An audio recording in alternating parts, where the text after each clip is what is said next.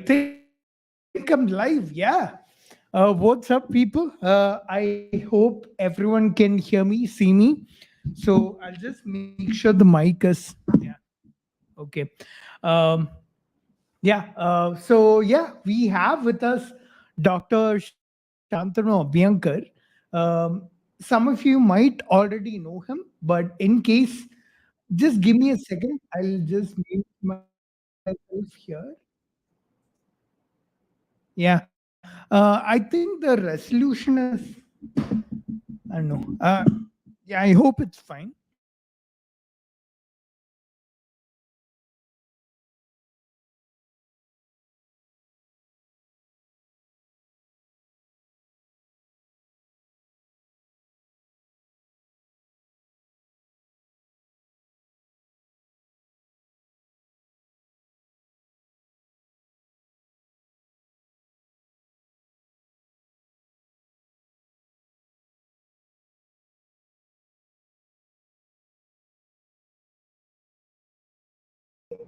Camera and mic. Am I audible right now? I had some technical glitches right now. My bad, my bad, my bad. Am I audible? Yeah, I think I'm audible. But I think the audio is coming from my camera. Oh, yeah. Let me make sure.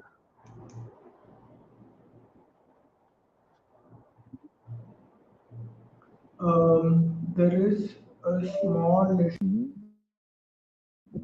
Yeah.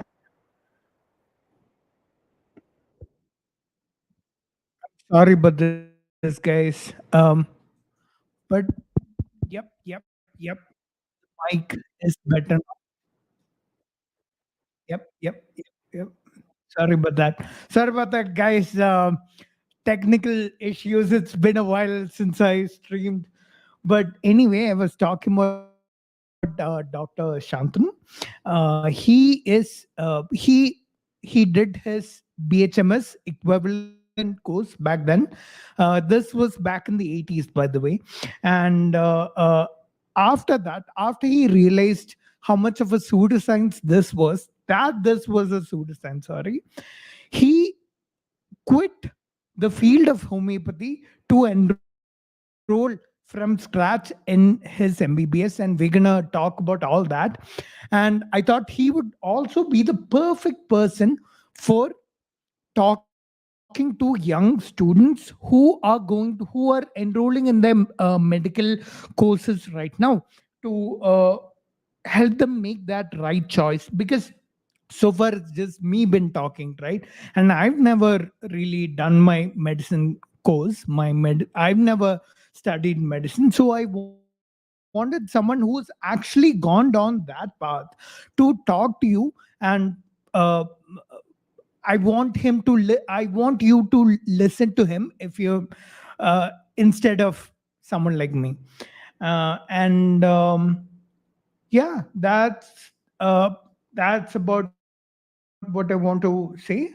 And yeah, this is actually the right time to do this. So share the video with your friends who are doing their medicine right now, who are enrolling in medicine courses, because their counseling is going on right now. The seats for medicine are being allotted. So help them make the right choice. And to talk to you regarding that, we have, ladies and gentlemen, Dr. Shantanu. Yes, sir. You're on Namaste. screen. Wait. Yes. Yeah. Yes, doctor. I first want to ask you, like, when was this, and what was the course back then? Because I think you told me off camera that this was around the 80s when you actually went through this ordeal.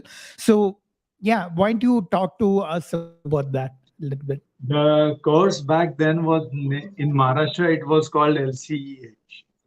It was a course not run by any particular university or so, but there was a board of examiners which was called the Court of Examiners in Homeopathy. This was a government appointed institution, and Okay. it was this board that conducted the courses, monitored the colleges, and gave out the Okay. results and maintained a register of all the qualified homeopathic doctors. So the course was titled LCEH, and we were licentiates of the Court of Examiners. Right. Very soon thereafter, I joined the bachelor's. First of all, the diploma and then the bachelor's degree started in homeopathy. It was then Right. run by the Pune University, but later on it got uh, shifted to the Maharashtra University of Health Sciences. Okay. Okay.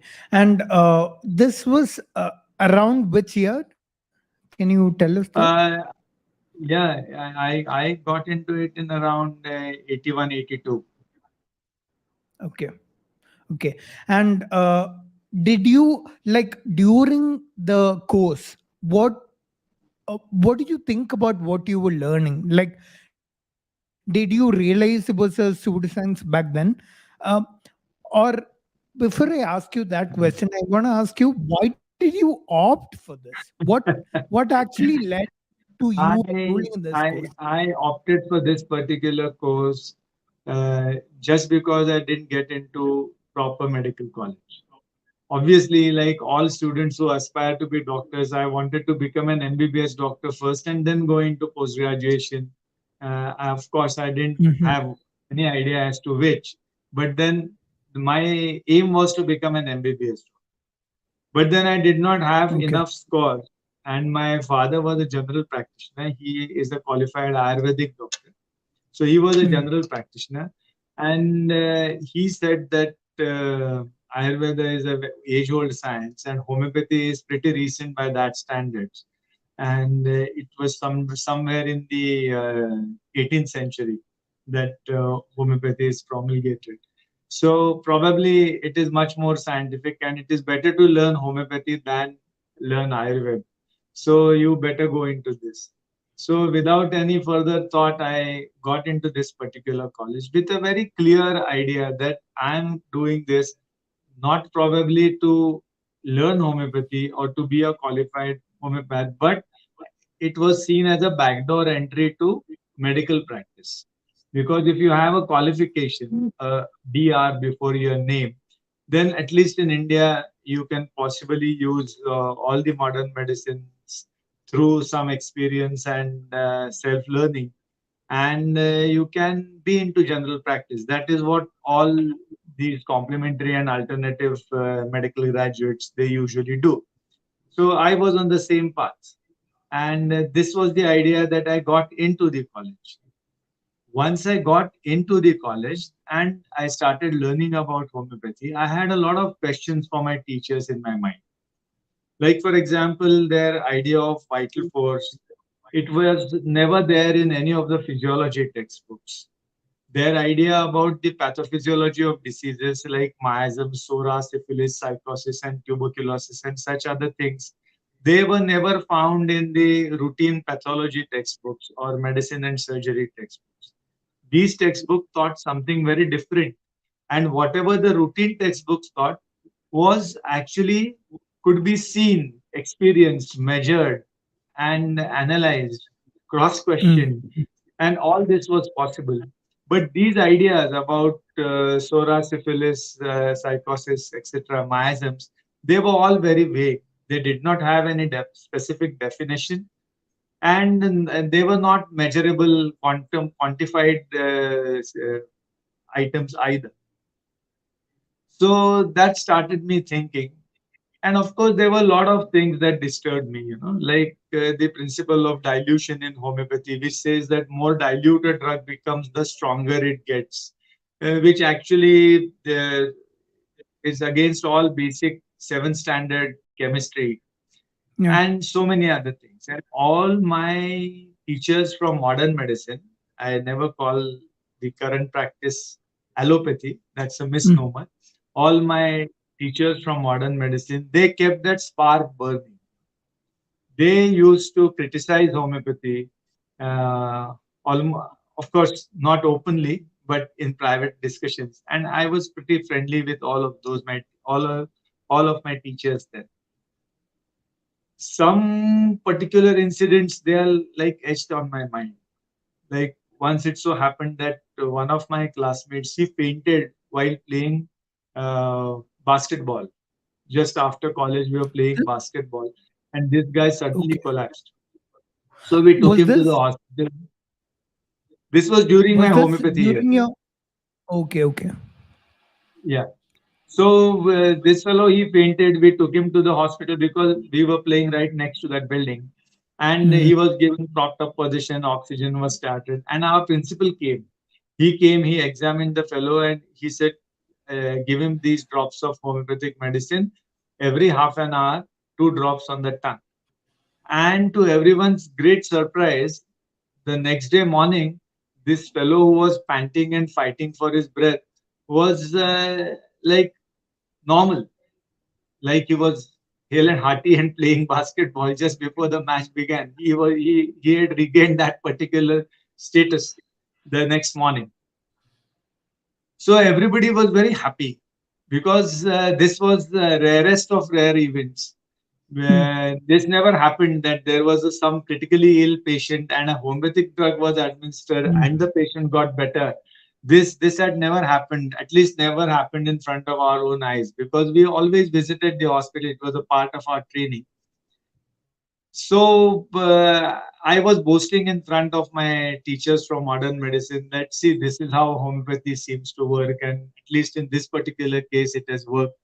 And my teacher, one of my teacher, Dr. Nani, he said that Shantanu, maybe he is better following that particular drug, but it need not have been because of it. mm, No, it is after the drug, but not because of it, mm. because Yeah. the patient was also given rest, the patient was Mm, given propped up position, the patient was given oxygen, and all these three things could have been enough to ameliorate mm, and provide him uh, some regression of that particular aggravated. He had some mild cardiac ailment, mild heart ailment. So all these things were there. So you need not credit the success to the medicine itself directly. mm, You have to think critically, and this was what actually set me on thinking. mm. Yeah, I spoke in. I don't know if you watched my recent video, but I spoke about this. How there are many other factors other than just the medicine that that lead to a patient's recovery. So Yeah, and the problem with a lot of alternative medicines is that they don't consider these other factors. They just look at, okay, the patient was given this medicine and they recovered, therefore the medicine is the cause of the recovery, when it need not be that way yeah, at all. So yeah. uh, right. Doctor, I want to ask you, during your course, uh, what, like, did you learn anything that is not part of homeopathy? Like, uh, when did the red flags actually go up in your head? In, when did I realize that there was something amiss Yeah. with homeopathy? I Yeah. started doubting it right from day one, because the basic Mm, principles of homeopathy were taught in the very first class. And the principle of vital force, the principle of dilution, they actually were against the very mm, basic tenets of science. Actually, I got up in the class and I asked my teacher that if this vital mm, force is some such force which is cannot be sensed by any of the five senses, how did Dr. Hahnemann know about the existence of vital force? No, because he had that's just a great as question. many senses as we Yeah. do. So What did they how say? did What he did the find out that teacher there say? is such a force? But then there was no What did the answer to this teacher say? question. No answer. No answer. In fact, my Mm, batchmates, obviously, they made me sit down and said not to argue with the teacher. If you have to get through the examinations, you better behave yourself. And obviously, just freshie from a junior college into a technical college yeah. cannot question the teacher beyond a certain Mm, level. So 5 years of homeopathy, what did they actually teach you? I mean, is there 5 years worth of stuff to teach? You can teach anything any long. That is not the problem at all. They did teach us some aspects of modern medicine and some tidbits of modern pathology, physiology, everything. They taught us a little bit of everything, but never in entirety, and never to Mm, satire me. So I was mm, always intellectually and academically deprived. mm. I would try to read the textbooks on my own, but then, of course, beyond a certain limit, you don't follow what's written in the textbooks unless Yeah. you know the very basics. And it was all a very loose So, structure. in your opinion, the modern medicine that you learn from, say, a homeopathy or an Ayurveda college, and the modern medicine that you learn from a proper medicine course, what's the difference? Why is a doctor Obviously, qualified there, to there, there, are, practice? there are plenty of differences. There are plenty of. I'll Okay, give you tell a me. very simple example. The Okay. ASHA workers or the ANM, auxiliary nurse midwife, the very basic, the ground level health care workers in India, they conduct normal labor, normal delivery. Okay. So the process of labor is taught to them and they know it. Mm-hmm. As an postgraduate in obstetrics and gynecology, even I conduct normal labors and I know the process of labor and what happens and what to do when. But the examination and the level of questions that is put to me is pretty different than what is put to an AN. The Mm, same analogy applies that everything is taught, mm, but the depth and the expectation of and the understanding and the expectations about this, they're totally different. It is like mm. the difference between an A and MD gynec as far as normal labor are concerned. Of course, any example can be drawn from any particular field and it would hold true. Okay. Okay, so right after you finished your homeopathy degree, what did you do? Did you immediately go into MBBS, or was there some buffer period? Actually, when I finished my homeopathic degree, I decided that I was still not very convinced that homeopathy is humbug or that it is pseudoscience. Because, there is an entire edifice. There is an entrance process, then there is a college, there are professors, there is a dean, then there is a proper examination, then there is a There are so registration many process. things to make it look legitimate, right? Yes. So all these things, taking into consideration all these things, and me being the single person in my college challenging everything, it was Mm, not possible for me and the young mind to come to such drastic conclusion. So what I decided was that okay, let me become a good homeopath. Homeopathy may not be very mm, good, but then there must be something in it that I don't know about. I cannot follow, cannot understand, haven't explored enough, haven't found the right guru of sorts. Okay. So I tried to get into an institute called Institute of Clinical Research. I mm, gave the entrance exam. The entrance exam happened to be more about the psyche of the person than about homeopathy mm, because there was a psychologist who was started the institution and who was running it, a proper MBBS MD trained psychiatrist. He used to run that particular institution. So I took the entrance exam and I was pretty confident of the result that I would walk through and get into this particular institution because I was a topper through and through in my class. Though I didn't believe in what they taught me, I studied well and reproduced whatever was expected in the examination. So probably I did well. But then they called me for an interview and told me that, well, we see a problem with you and you cannot become a good doctor. You possibly should explore other areas of your interest, such as acting and writing and literature and things like that. That was what they told me. and this came as a bolt from the blue. I actually became very depressed. I went home and I told my parents that this is the end of the story. I'm not going to practice what I don't believe in. So, and I'm not going to explore this homeopathy business anymore. I don't want to do it. I will join a bachelor science course anywhere as and when it starts. This was sometime in December, and obviously the colleges would begin only in June as per the academic year. So I had 6 months to myself, and I spent time thinking, brooding at home. But then I happened to attend uh, a shibir, like what do I call it? A workshop by Okay. Dr. Narendra Dabolkar, conducted by Dr. Mm. Narendra Dabolkar. I don't know if people have heard his name. Yeah, He is I'm one sure of the lots of foremost people would have. rationalists, yeah, who unfortunately was shot dead about 10 years ago. Yeah, yeah. Um, but he was a staunch rationalist, and he started this Andhashraddha Nirmulan Samiti, a committee against Mm. blind faith. And he did Mm. very great service to the Maharashtrian population. So Mm.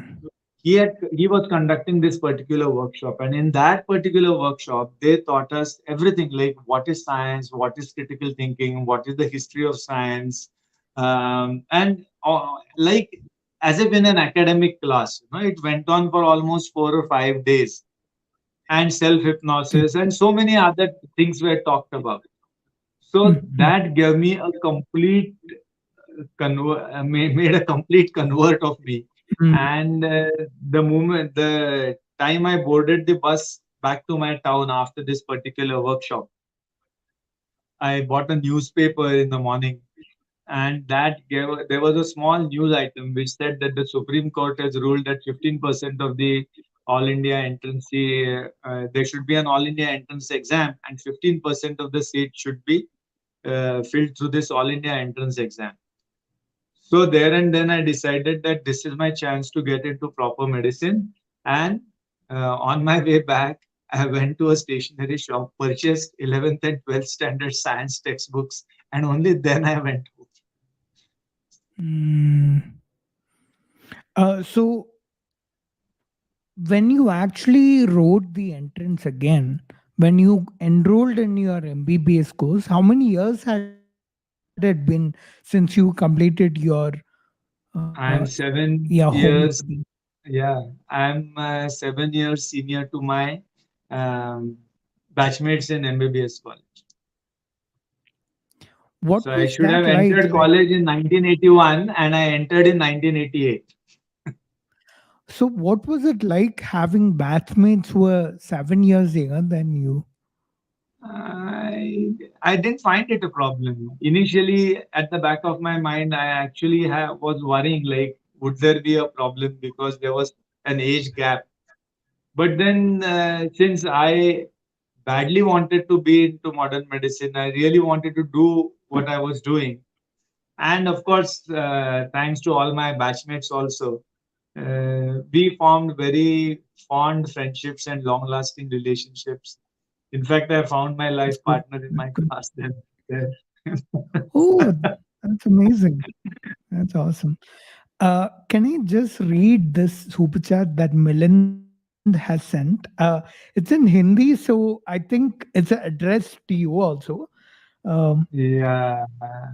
Let me read it. It's in is Marathi, this by the way, Marathi? by one Milind Okay, okay. Sonone. And he Yeah. says that Shantanu आपले video माहितीपूर्ण असतात. एक phenomenon असतो, अक्रोड खाल्ली तर बुद्धी वाढते आणि जिन्सिंग खाल्ले की पुरुष अवयव जिन्सिंग सारखा होतो. Please elaborate. He has a question. I think we'll take up at the end of the discussion. Probably Cool, you cool. got the gist Yeah, of it. Milind, we'll take it up at the end. Yeah, I because it have is a bunch not of directly related to the topic that we are discussing. okay, okay. I have a bunch of questions also, which Okay. all of which I'll take in the end. Um, so yeah, I want to ask you. So off camera, when you were talking to me about this, you You told me about the difference in number of boys and number of girls in these courses, and you were telling me about, how the reasons, the societal reasons why that tends to be that way. You like to talk about that? No, that is, I mean, like I always cite this statistics because Okay. if you look at these complementary and alternative system of medicine colleges and their sex ratio in their classes, it is always tilted in Mhm, favor of mhm. girls. Now, Mm. obviously, why is this so? No, modern medicine colleges have got 50-50 ratio. Sometimes the girls are more, sometimes the boys are more, but on an average, it's 50-50. So why should boys avoid these courses? Boys avoid these courses because the society and their families, like they are aware that the breadwinners of the family cannot be breadwinners of the family following this particular course. So it is actually a tacit acceptance of the fact that the education, the knowledge and skills that you acquire after graduating from these courses are not enough to keep your kitchen going. And to make you a breadwinner. It's like the Yes. families already Yeah. know this. People know Yeah, the this. families know this. And for the girls, it is very easy, because if Mm. they have a DR before their name, their value in the marriage market it increases. Then it is easier to find a match from the same community, the same caste, who's better educated, probably an MBBS and MD/MS doctor, who will readily accept Yes. this particular girl for two reasons. One, she belongs to the same caste, that's the prime reason. And second, she's also a doctor for whatever you worth it is. So this is the reality. Men, the boys who pass out from these courses, they actually find problems to find a match. They have matrimonial Yeah. issues. Yeah. Milind has sent one more super chat. Thanks, man. I appreciate that. He's just complimenting me. Thank you. Yeah. Thank you, Milind. Then I want to ask you, like, since doing your homeopathy course, I should have actually asked you this in the beginning of the stream. Like, in your opinion, when a student has this choice in front of him of either alternative medicine or MBBS, like, do you, in your opinion, what should be the right choice and why? Now, usually people will get into complementary and alternative medicine only as a second or a third option because they Mm, don't get into modern medicine, because they can't even get into dentistry, because they can't get into XYZ, then they would choose complementary and alternative medicine. So it is, I don't think that it is the ever a first choice of any particular student, unless that student belongs to a family who uh, has it in the family history of. to, Mm. yeah, have complementary and medical practice as their But main business. should it be this way, in your opinion? Should it be this way? Should a choice, a second or third choice of alternative medicine be available to students? No, no, let the choice be available, and it's a given fact that it is available. The problem is whether intelligent and scientifically minded students take this choice. No, and I believe that they shouldn't, because finally you end up uh, not being trained adequately. You always treated as second class practitioners, and Mm, mm, it is there for everybody to see. I don't need to provide evidence to support this particular statement. Like I mm, said, that you have a lot of intellectual deprivation. In fact, mm, mm, you have academic deprivation also, because the options after the undergraduates are few and far between. When you graduate, you either can get into government service and the opportunities are very, very few, or you can practice. But you have to practice with the help of drugs from modern medicine. If everybody, all complementary and alternative system of medicine trained doctors stick to their own system, I'm sure that nobody will survive. They have to survive and thrive only by using modern medicines and drugs from modern medicine practice. Now, they are not trained to use this. And there is this medical legal issues all the time. Now, patients start Googling every time you say anything. So it becomes very difficult for these practitioners. They realize that they have been taken for a ride very, very late in life. And then it becomes difficult to accept this as a matter of fact to oneself. And then, of course, saying it openly in this society is out of question, because otherwise you are losing your whatever little breadwinning capacity you have. Options after undergraduation, in post graduation, they are also few and far between, and they are also very elusive. They are illusions. I'll tell you why. See, some of these doctors, they get trained as MS or MD doctors in specific fields. So now there are universities which will give you MD in obstetrics and gynecology. That is my area of specialization, so I know it inside out what happens. And these young boys and girls, they register after their undergraduation into these postgraduate courses. They learn a lot of obstetrics and gynecology, but what about their ability and their legal validity of their prescriptions from modern medicine? That remains a gray area. The government wants it to be a gray area, and everybody tries to, and the doctor remains under pressure all the time that I may be questioned for even using the right drug because I don't have the legal authority to use it. Maybe, like I told you, it's a gray area. There are people who argue on both sides. Secondly, if you have to be an obstetrician in modern obstetrics, nothing happens without ultrasound. Okay. Basic services such as medical termination of pregnancy, they're not permitted to do that. They're not permitted ultrasound. So what is the degree worth apart from those two capital alphabets as suffix to your name? So then they realize that, oh, have they actually made the right choice? These are all very intelligent students. They are all very intelligent students. They have lost their chance to get into modern medicine, but for a few marks here and there, you know how tough the competition is getting. So it is better that they engage their intelligent minds into something else, pursue some other options.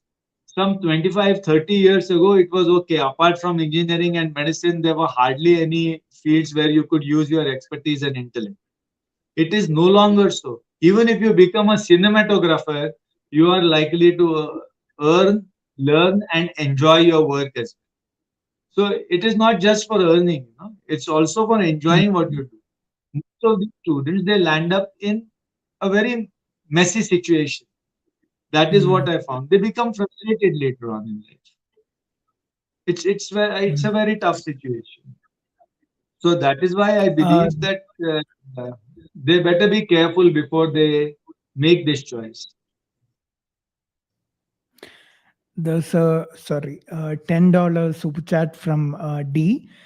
Is clinging to Ayurveda just nationalist nonsense? Traditional medicine is there in every culture and every society, and it will remain if of course there are nationalistic and cultural and other aspects to these systems of medicine, so it will remain. That is not an issue. But the question is whether intelligent and scientifically bent mind, critically thinking young men should use their intellect properly in choosing their options when the time Yeah. actually comes. Yeah, I also say this often. In my opinion, there's nothing wrong with being proud, nationalistic, and proud, whatever. But don't do that at the expense of your reason and rationality. That's what I always say. True. Uh, Yes, yes, yes. And tell Doctor, me, all these complementary and alternative systems of medicine are supposed to be very great. They are supposed to be alternatives. They stand alone in entirety against the edifice of modern medicine and modern science, which is very nice and very great and very high claim. But then, why do the institutions which represent these practitioners ask for bridge course from one particular complementary and alternative system of medicine to modern medicine? mm, Why mm. is this demand for bridge course? This Yeah, particular bridge yeah. code demand is nothing but a tacit acceptance that these doctors, they need rehabilitation. They are victims. I sympathize with them. They are victims. They probably have not realized this. They have, but now cannot accept it. They are at such an age and such socioeconomic position that everybody may not be able to say the same things that I am saying here on camera. But I'm Mm, sure that everybody agrees in the heart of their hearts that they are actually victims. And efforts mm, at bridge courses are efforts at rehabilitation. It is mm, rehab. What mm. else? Yeah, They should go on, but then without creating fresh victims. yeah, true. Okay, doctor. I'll start getting into the audience questions. Uh, Yeah. so, question here from Vimo. Vimo's a friend of mine. He doesn't mean this. Yeah, yeah. I've seen in He's some just of his asking this videos as well. Yeah. sarcastically. Yeah, he's asking Hanuman ji ने बोला तो कुछ सोच के बोलोगा. Yeah, Yes, but sir. although he meant this sarcastically, I'm sure there are people who genuinely think this. So, what is your response to such people? Yeah. One of my very in early grouse was uh, Dr. Hahnemann was always addressed as our master, Dr. Hahnemann, in any of the texts and in any of the talks, any of the slide presentations, our master, Dr. Hahnemann. That is how he was addressed. And I used to Mm, muse like if nobody called Joseph Lister our master, Dr. Joseph Lister in the surgery textbook. Nobody calls John Mendel our master, John Mendel in genetics, though their contribution is perhaps as important or more important than Dr. Hahnemann.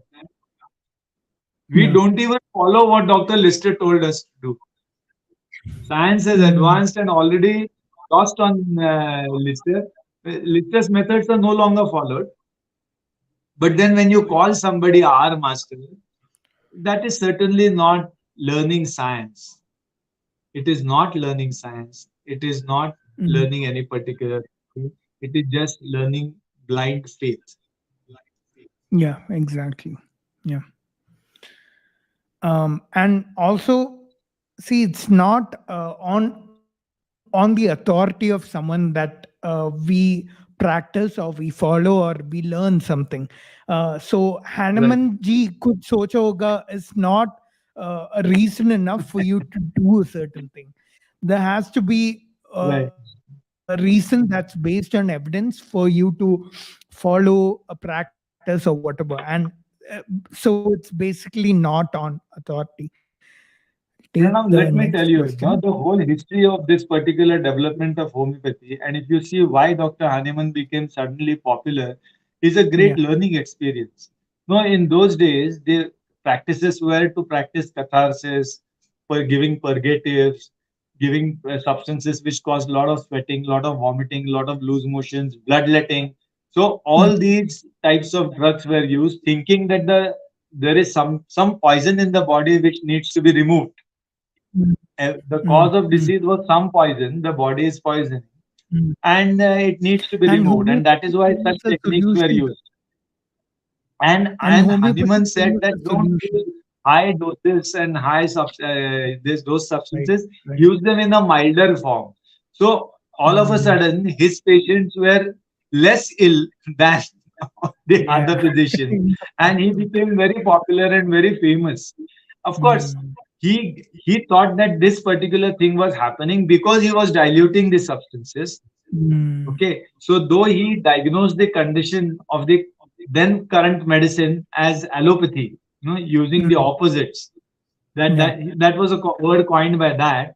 But the treatment that is Mm. suggested, keeping on diluting, turned out to be wrong. So I guess we Yeah. must give credit where it is due, and Mm. it is not to his discredit that his idea was found to be wrong by later practitioners and later science. It always happens in science. Mm. Yeah. There's this question from Amazing Anime. He asks, "What should I do? I'm already a BMS student. I don't find it rational, logical. So, what are the options for someone who is doing or has passed out of PMS or BHMS or whatever?" There are many students after reading my blogs or after listening to me, they'll send me a message or come and see me and want to know what to do. Now, Mm-hmm. it depends on actually how fired up you are and what you really want to do. If you have to give up something and if you have to do it halfway through, I believe that it is not a good idea. If somebody has put in 3 or 4 years into whatever alternative or complementary system of medicine he or she is learning, he's at least learning something that is useful or maybe useful later on. So I always tell the students, please stick to what you already have in your hand. Don't give up everything and blow up everything, because you have to have a plan B ready all the time. Once you pass out, what you can do is you can explore other areas like civil services, Mm-hmm. the state public service commissions or the union public service commission examinations. So you can try that if you are inclined that way. Or you can get into journalism, you can get into public health, you can get into research and other methodologies. You can always be into science, but in a roundabout way, not actually a practicing doctor, but a practicing scientist, I would say, rather than a medical doctor as such, because it is very difficult to practice what you yourself don't believe in. I have never practiced Yeah. homeopathy, though I have preached it. Mm. I That was was a only teacher in because my you had college no for other some time. option. Yeah. So, Um, I've also mentioned a couple of options that such students have. They can do things that are medicine adjacent, like medical research, like nutrition, like public health. yeah, These are not direct patient they are paraclinical interaction. fields and they, Yeah, right. yeah, paraclinical. Yeah. And if you are early Amazing into anime that, you has. can think of giving it up and taking another shot at NEET, but then you have to give your full gusto. It is not Mm, very easy to crack. yeah, yeah. There is this super chat from Game Pirate. He says a rational friend of mine trusts Ayurveda because all allopathic doctors told him that his thyroid issue can't be resolved, but Ayurveda did the trick. He claims all thyroid issues are incurable in modern medicine. Is this true? No, I can't explain why his thyroid got better and with what medicine. Mm, And see, Ayurvedic drugs have action. They mm, are potent. They have potent chemicals in them. So it is not mm, that they are inactive. Their safety and mm, efficacy is most of the times unknown or questionable. That is the issue. mm, Homeopathic medicines hardly ever have anything because they don't contain any medicine. So to claim actions for homeopathic medicine is actually preposterous. But mm, for Ayurvedic drugs, yes, there are actions, and then there are doctors who are able to use those drugs well. But mm, like I said, the safety and efficacy issues they remain, and a lot of anatomy, physiology, pathology is not explained well. Because see, mm, if you believe that the body has certain structural edifice, you built the functioning of the body depending on the structure. Then you build the pathophysiology of diseases, why diseases happen and what happens to the body when it is diseased, depending on what your ideas about normal and abnormal functioning of the body. So if you begin with the wrong anatomy, obviously wrong physiology and wrong pathophysiology and wrong pharmacology will follow. So that is the danger that one has to be aware of all the time. And Yeah, there's I'd just something. like to make one comment here. This Yeah. person, based on this experience that they've had, they made a conclusion. They made a generalized conclusion saying that all thyroid issues are incurable in modern medicine. That that, in my opinion, is an uninformed conclusion, because there are tons of thyroid issues that are completely curable in modern medicine. More details, I think you'd have to talk to an who endocrinologist. Endocrinologist. Yeah, Yes. but I'm Dr. Shantanu. Would you like to comment? No, what I would say is that this is an example of how you should not conclude, like you said, you know. Mm, So mm, this is anecdotal evidence that somebody you will yeah, always meet people, you exactly. know. I often do almost every Mm, day. A few in my daily practice, they tell me that mm, XYZ got better due to ABC given by mm, EFG, whatever it is. No, so and therefore yeah, this is good, this is useful, this is effective. So that is not the way scientific conclusions are drawn. Anecdotal mm, mm, evidence and stories are important. They will help us mm, finding the way, giving us directions, helping us to mm. tell us in which direction the research should be done. It is not that they are useless. It is they are important, but per se they are not evidence enough. And plenty of Yeah, anecdotes don't make stronger evidence. correct. They They're just make like more warrant stronger for cause further to research. research the topic. Yeah, but they cannot be used as conclusions for the No. working of medicine, right? Yeah. Varsha asks a question. I think Indian medical students are getting aware of pseudoscience. Just recently, I went through the IND Med Student subreddit, and was so happy that the people there know that Ayurveda and homeopathy is a scam. Oh, That's great. I'm That's happy to good to know hear. that as So well. yeah. That's good to So hear. on more, yeah, a lot of online forums regarding medicine discuss how Ayurveda and homeopathy are pseudosciences. It's a good thing. That's a good thing I like about the internet.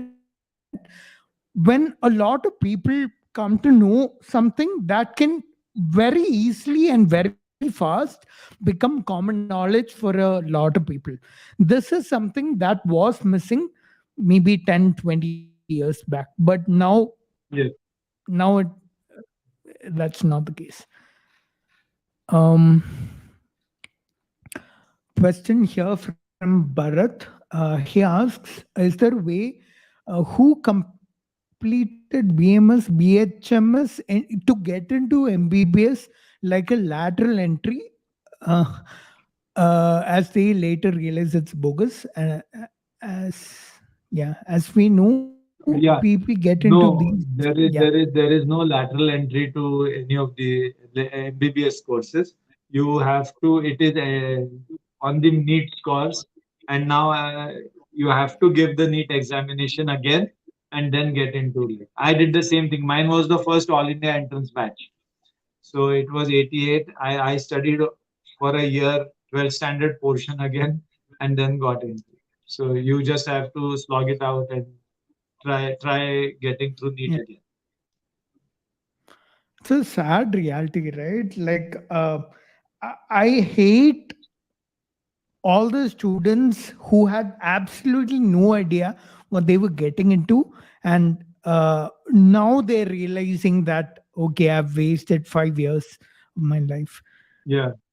No, Yeah, no. Students usually it's a get bad. there like me because as an easy way to get into medicine, backdoor entry to medicine. That is what I call it. Either mm, they try and get into that because of that, or because the parents feel that someone in the family should be a doctor. It is the parents' enthusiasm and their idea.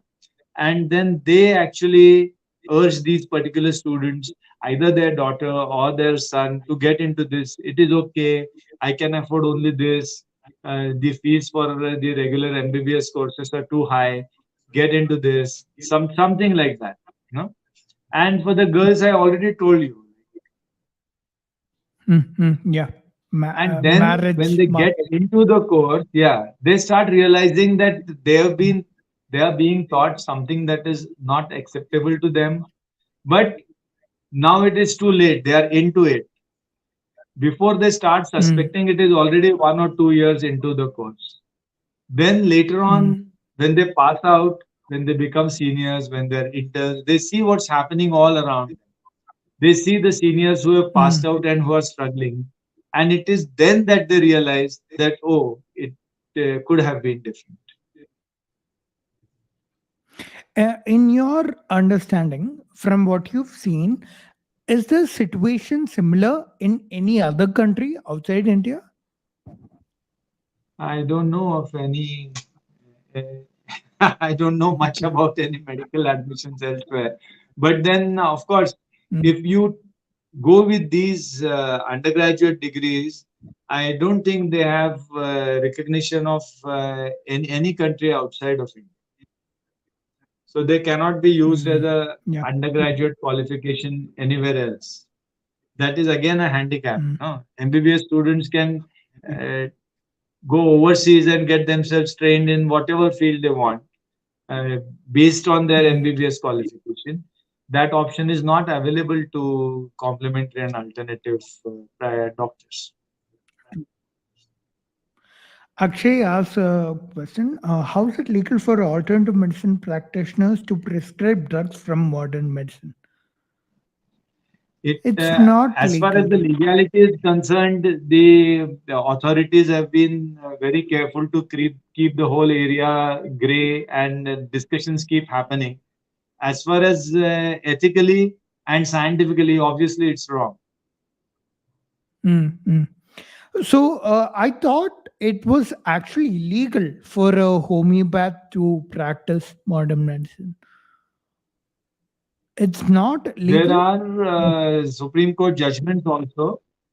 Yeah. There are Supreme Court judgments also saying that it is illegal. At the same time, there is a bridge course which allows LCH, that is my qualification, people to be trained for some 18 months or so in pharmacology, and then they are allowed to prescribe some certain drugs. So, Mm, like I told you, there are various stages and phases, and people keep arguing for or against it and keep providing information that is at times contradictory. mm. Looking for questions. Wait. Question from Game Pirate again. I had chickenpox when I was in 10th. At that time, my entire treatment was done by a homeopath, but I got cured. How is this possible? Why chickenpox gets cured on its own? That's what I told you. Just because something happened after something doesn't mean that it happened because of that. Huh? So Yeah. chickenpox is a self-limiting infection. Unless it goes into Uh, pneumonia, or obviously your doctor would have referred you to the nearest physician had you complicated yourself.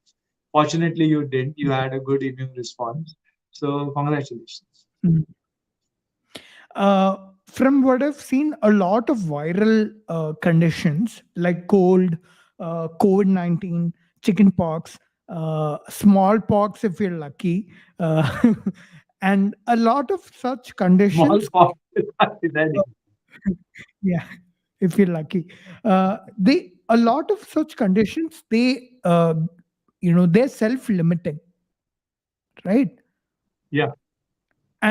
And because they're self-limiting, they'll whatever alternative medicine drugs they take, they'll think that's what helped them when that's not the case, right? That's so Yeah, they for a will lot of People will usually credit it to whatever they have done. Even if they have taken drugs from modern medicine, they'll say it is because of the modern medicine drugs that they've got better.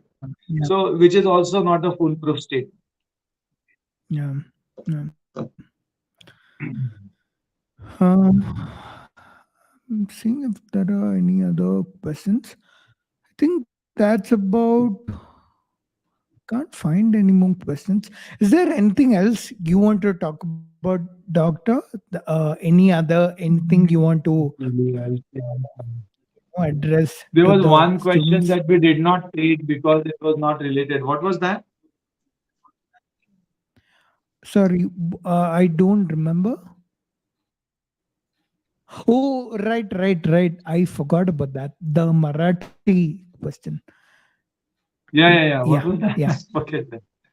Uh, Yeah. Here, yeah. Milind has been I kind don't know enough what. to share it again, I guess. Yeah, let me Yeah, translate the question for the audience and also answer that. yeah, So, yeah. Milind compliments me for my videos and says that they are very informative. Thank you, Milind. And he says that people believe that when you eat akhroad, that is walnut, people believe that it's good for your mental prowess. And ginseng is good for your sexual prowess. So, how far is it true? Well, Milan, there is something called as doctrine of signature. It is there in homeopathy and a lot of traditional medicine also. Usually, you know what people believe that if something looked like something, then there is some Mhm. connection between the two things. Like the walnut looks like the brain, the sulci and the gyri of the brain. That is the design that you see on the brain, and that is why people correlate walnut with intelligence. There is no direct Hmm. relationship such as this. The brain is made up of a lot of fatty acids, and walnut contains a lot of fatty acids. But then, if you eat walnut, that particular molecule of fatty acid did not need not reach your brain and build your brain up. That is not the way intellect works. So it's just a fun idea, I would say. Same applies to ginseng. The roots of ginseng, they look like the male penile organ, and that is why people believe that it has aphrodisiac properties, that it will increase your Hmm. sexual prowess in simple terms. But of course, we do not know of any aphrodisiac, any scientifically proven aphrodisiac, including Viagra. Viagra is also not an aphrodisiac, mind you. Really? Anyway, that's besides the point. Yeah, it is not an aphrodisiac. Yeah, Aphrodisiac means something specific. it's an Yeah, it is a drug that is erection. useful in erectile dysfunction. Okay, yeah, Yeah. So it is not an interesting. aphrodisiac is something that will increase the libido. Okay. So Mm. that it is not an aphrodisiac, nor is ginseng, and nor is the rhinoceros horn and so many other tiger. what, Yeah. people have Uh, thought, people believe that these animals with great power, they are related to virility. Horse, usually yeah. you will find the image of a horse on all those drugs claiming Mm. to build up your virility.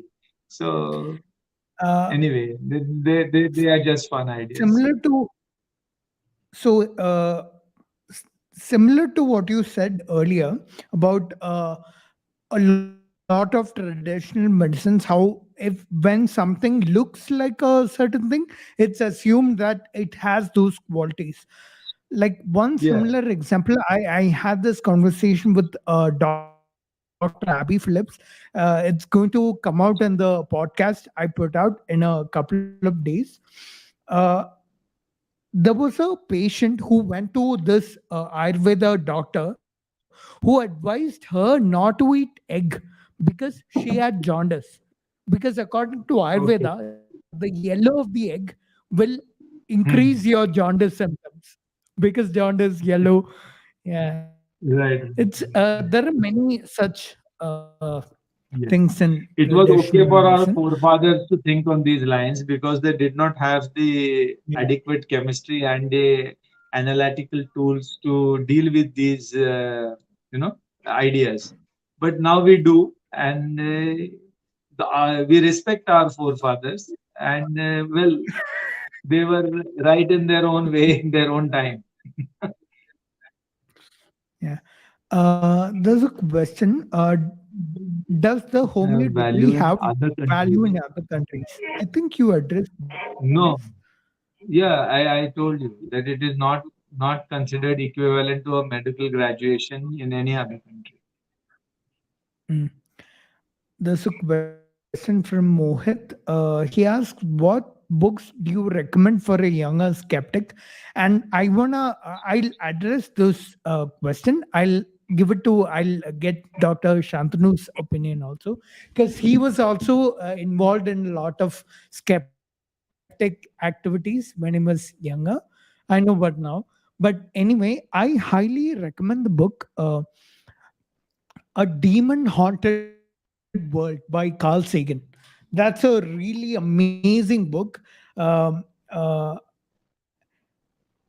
Most Carl Sagan books I highly recommend. I'll recommend The God Delusion, because although it's considered an atheism book, it has some good critical thinking ideas. I'll recommend what else do I think? Richard Dawkins' Magic of Dr. Reality. Shantanu? Yeah. Yeah. Sorry, I Doc, didn't get you. Richard Dawkins' Magic of Reality. Magic of Reality. That's a kid's book, right? Children's book, right? By the way, Not really. Doctor, It's good. it's not okay. And River Out of Eden also is a very good book by Dawkins. By whom? Richard Dawkins again. By okay, okay, okay.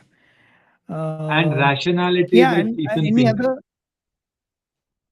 Steven Pinker? Yeah, Rationality, right? Wait. What's the name of the book? The Rationality. name of the book is Rationality. Okay, Steven Pinker. Steven Pinker. Stephen Pinker. Um, Yeah. I will also recommend James Randi stuff. His work is mostly videos and films. I'll recommend that.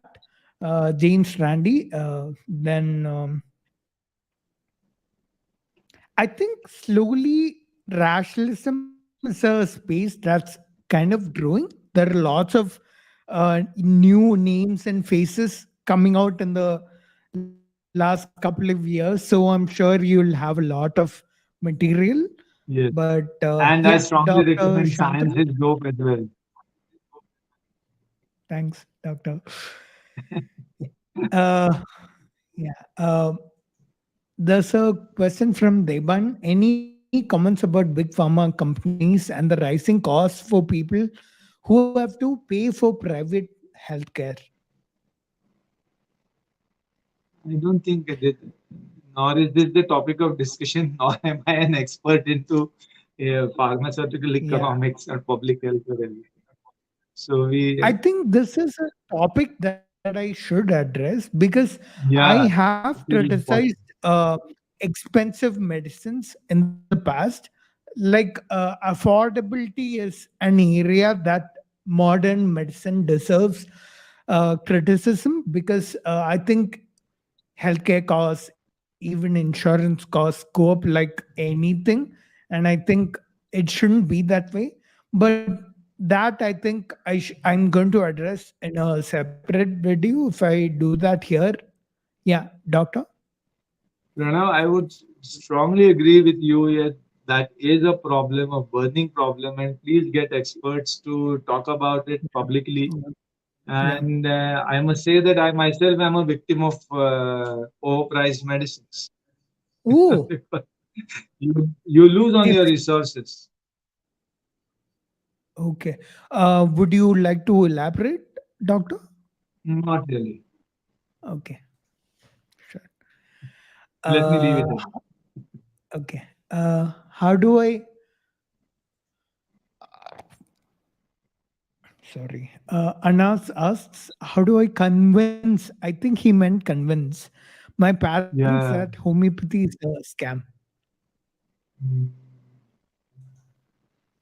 Well, you can tell them all these facts as evidence, and I believe that if you say that you don't want to practice it, you don't believe in it, and you don't want to practice what you believe in, that's a good enough argument, because they may or may not be convinced about and you need not convince them about the uh, scientific nature of unscientific nature of homeopathy.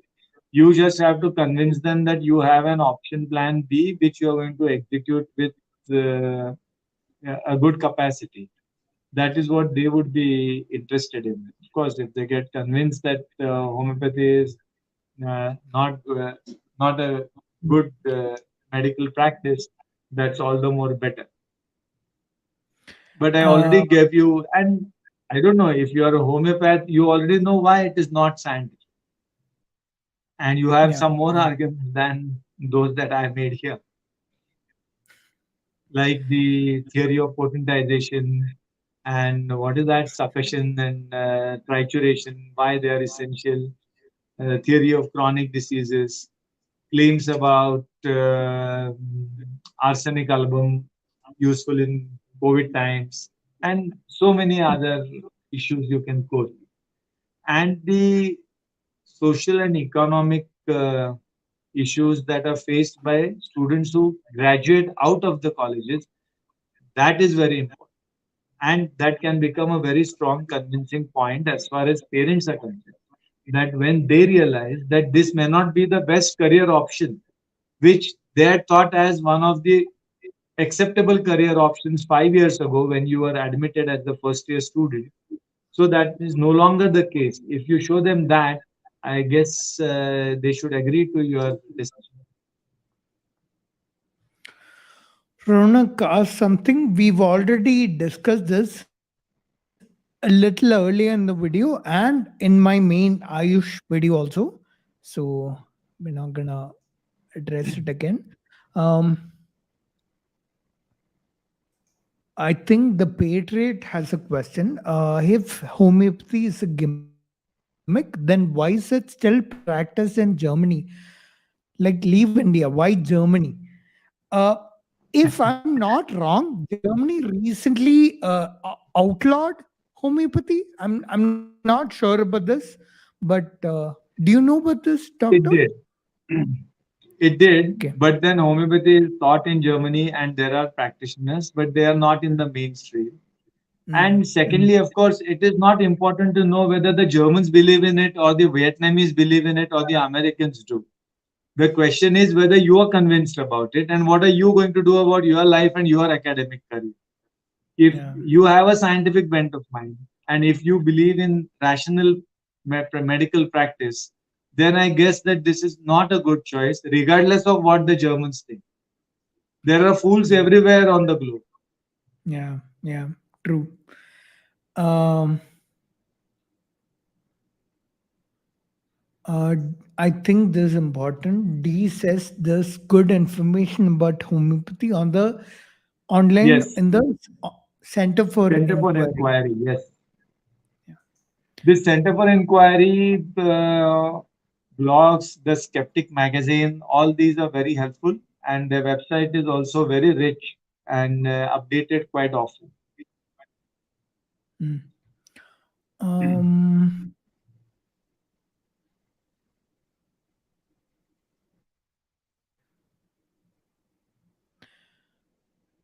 I think I've addressed some of these questions. Al- Um, yeah, I think. Oh, by the way, I think we should take this. Yeah, Dr. Shantanu, you wanna talk about your YouTube channel? So I it have a was. YouTube channel. I'll Yeah, link I that have a below. YouTube channel, but most of the videos are in Marathi and they are for pregnant women and their families because that is my core area of Practice. specialization. Yeah. But then there are a few in I'll English as link well. that below. Yeah, Yeah. you can. I will put a link. I'll share the link with you. But you can type in Dr. Shantanu Abhyankar on YouTube and you should get it. But I don't have regular podcasts of it. I don't know how to I do should it. also I wish to do it. I learn from Pranav and then do it. I should also mention at this point that Dr. Shantanu, apart from just having a YouTube channel and doing talks like this, there is a very famous TED talk of his where he has spoken about doing homeopathy and the field of homeopathy and versus medicine. He has spoken about all that. So all of you, I recommend you check that out. And I think that's mainly it that we've spoken about most of the things we want to talk about. That's it for this stream. Is there anything else, doctor, that you want to talk about? Mm.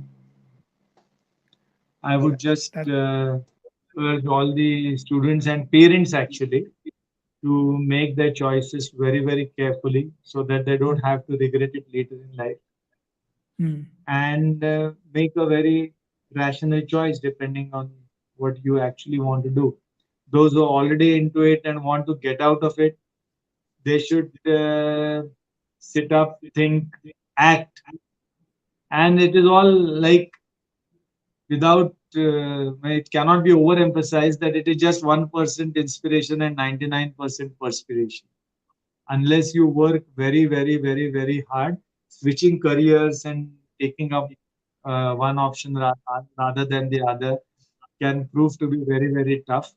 Then, if you are in your right senses and the right frame of mind, I believe that you will draw all the energy necessary from your own psyche and will succeed in whatever you dream to do.